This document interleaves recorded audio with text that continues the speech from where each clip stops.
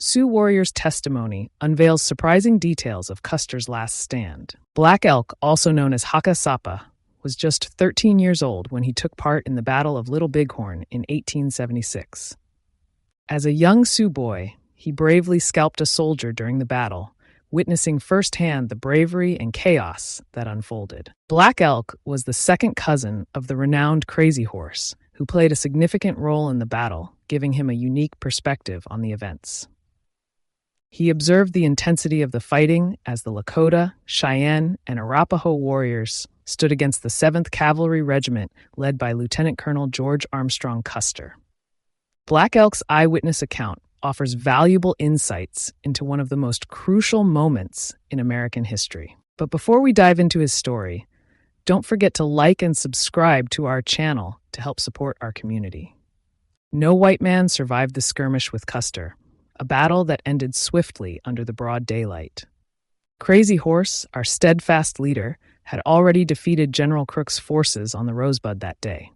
He could have wiped out the soldiers entirely if he had called upon more warriors from our villages to set an ambush at dawn as they camped in the dark after their defeat.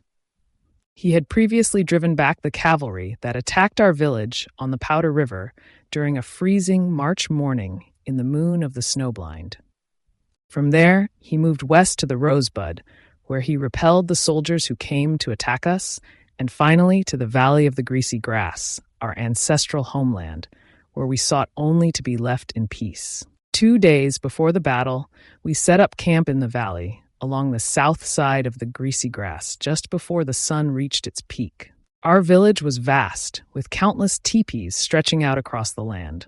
Upstream to the south were the Hunkpapas, followed by the Eglillis, the Minneconjus, the Sanarks, the Blackfeet, and the Chehalis, with the Sandus and Yanktonai farthest to the north. To the east, the Greasy Grass flowed, swollen with snowmelt from the Bighorn Mountains, with timber lining its banks. From a hill, one could see the mountains to the south and west. Hills and bluffs rose across the river, with gullies cutting through the cliffs. To the west were lower hills, where we grazed and guarded our ponies, which were too many to count. A warrior named Rattling Hawk had been shot in the hip during the battle on the Rosebud, but was healed by a medicine man named Harry Chin. The day before the battle, I had anointed myself and was about to swim with some boys when Harry Chin called me to Rattling Hawk's teepee, needing my help. 5 other boys were already there, and he needed us to take on the guise of bears in the curing ceremony, as his power came from a dream of the bear. He painted my body and face yellow with black stripes on either side of my nose, tied my hair to look like bear ears, and adorned my head with eagle feathers. As he did this, I remembered my vision and felt suddenly lifted off the ground. In that moment, I understood more than I could express, and felt certain that some great misfortune was coming our way. I was filled with dread. The other boys were painted entirely in red, with real bear ears on their heads. Harry Chin, dressed in a real bear hide, began singing, "At the doorway, the sacred herbs are rejoicing."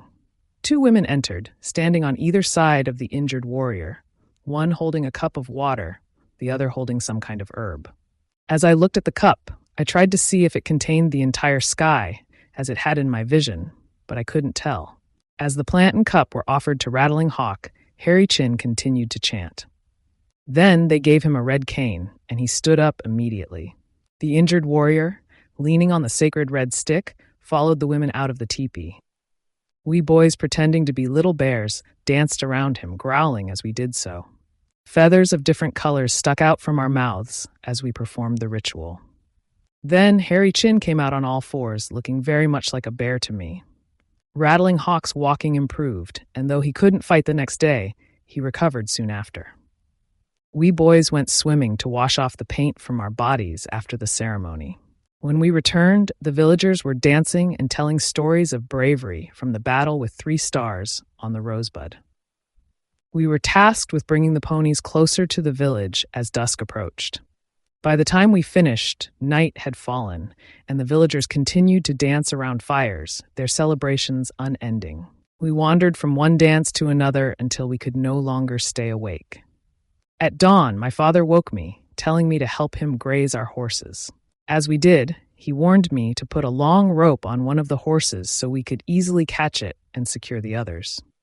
He stressed the importance of being watchful, urging me to keep an eye on the camp and return the horses quickly if trouble arose. Several of us boys tended to our horses together until the sun reached its peak and the heat became unbearable. We decided to cool off in the water, and my cousin offered to stay with the horses until we returned. As I anointed myself with grease, I felt a strange sense of unease, as if something terrible was about to happen. Despite this feeling, I went with the boys to the water's edge. To the west of the village, many people were digging turnips, and many others were already in the water. By the time my cousin brought the horses down to drink, we had been in the water for a while, the heat being intense. Suddenly, the crier's voice rang out from the nearby Hunkpapa camp. "The chargers are coming! They are charging!" The cries echoed from camp to camp, all the way to the Santis and Yanktonus. The Oglala crier repeated the same lines, his voice growing more urgent. Everyone rushed to secure their horses, and we were lucky to have ours nearby. My older brother, mounted on a sorrel horse, rode quickly toward the Hunkpapas. I had a buckskin horse. When my father heard my brother's cry and saw him riding toward the Hunkpapas without his pistol, he ran over, telling me to take it from him and return it. Then come back to me quickly. He also had my six-shooter, an heirloom from my aunt. I grabbed the guns, mounted my pony, and went after my brother. Just beyond the Hunkpapa camp, a thick cloud of dust rose as the Hunkpapas, many still wet from the river, ran about in confusion. Out of the dust came the soldiers on their tall, powerful horses, firing their weapons. My brother, with his revolver in hand, yelled at me to turn back. There was a patch of brushy timber just beyond the Hunkpapas, where some warriors were gathering. He headed there, and I followed. Women and children were already fleeing downstream in large numbers. Looking back, I saw them all scrambling up a hillside. When we reached the timber, many Hunkpapas were already there, and the soldiers were firing above us, making leaves fall from the trees where bullets hit. The women and children were running. The warriors were riding in on their horses, and I couldn't tell what was happening in the village below.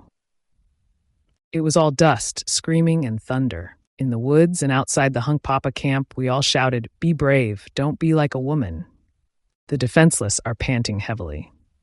I believe this was when Gaul stepped in to stop the Hunkpapas from fleeing. I stayed in the woods for a while, thinking about my vision. It gave me a sense of purpose, and I felt certain that the army would be defeated and that my people were all thunder beings. Then a loud cry rose over the dust. "Crazy Horse is coming!" The arrival of Crazy Horse was signaled by the sound of eagle-bone whistles and the shouting of hokahi, like a howling wind from the north and west. The valley grew darker with dust and smoke filled with shadows, cries, hoofbeats, and gunfire. To my left, I could hear the soldiers' horses, with their iron-shod hooves, retreating into the brush, with shooting breaking out everywhere. The horses eventually broke through the undergrowth, and I was surrounded by a whirlwind of activity as men and horses moved in and out of the area, heading upstream while shouting, "Hurry! Move quickly!" We were all mixed together in the noise and darkness as the troops ran upstream. I didn't see much, but I did witness a Lakota warrior charging at a soldier who stayed behind and fought bravely. The Lakota grabbed the soldier's horse by the bridle, but the soldier shot him with a revolver. Being small, I couldn't push through to where the soldiers were, so I didn't kill anyone. Everything was dark and confusing, and there were too many people in front of me. Soon the soldiers and many Lakotas were all packed into the river, and I was in the water for a while. Men and horses were tangled up and fighting in the river, making it seem like hail was falling. After we emerged from the water, people began stripping the dead soldiers of their clothes and wearing them. One soldier on the ground was still moving. A Lakota rode up and said to me, "Boy, get off and scalp him." I dismounted and began to scalp him. His hair was short and my knife was dull. He was grinding his teeth, so I shot him in the forehead and then took his scalp. Many of our warriors were chasing the soldiers up a hill on the other side of the river, while everyone else was moving downstream. On a distant hill above the Santee camp, there was a large cloud of dust with our warriors darting in and out of it like swallows, and many guns were firing. I decided to show my mother my scalp, so I rode toward the hill, where a group of women and children had gathered. On the way, I saw a beautiful young woman among a band of warriors heading toward the battle. She sang out, "Brothers, our allies have arrived. Be strong, be fearless." As I made my way through the Oglala camp, I caught sight of Rattling Hawk sitting alone in his lodge, clutching a rifle. He was singing a sorrowful tune. "What can you do, brothers, that I cannot achieve?" When I reached the women on the hill, they were all singing and making a tremolo to uplift the warriors across the river. When my mother saw my first scalp, she made a special tremolo just for me. I stayed with my mother for a while, watching the dust clouds swirling on the hill across the river. Horses emerged from the dust with empty saddles. After showing my scalp to my mother, I lingered with the women as they continued to tremolo and sing. The thick dust from the battle made it hard to see, but we knew the soldiers were being defeated. Many boys around my age, some even younger, were there with their mothers and sisters, and they asked me to join them in the battle.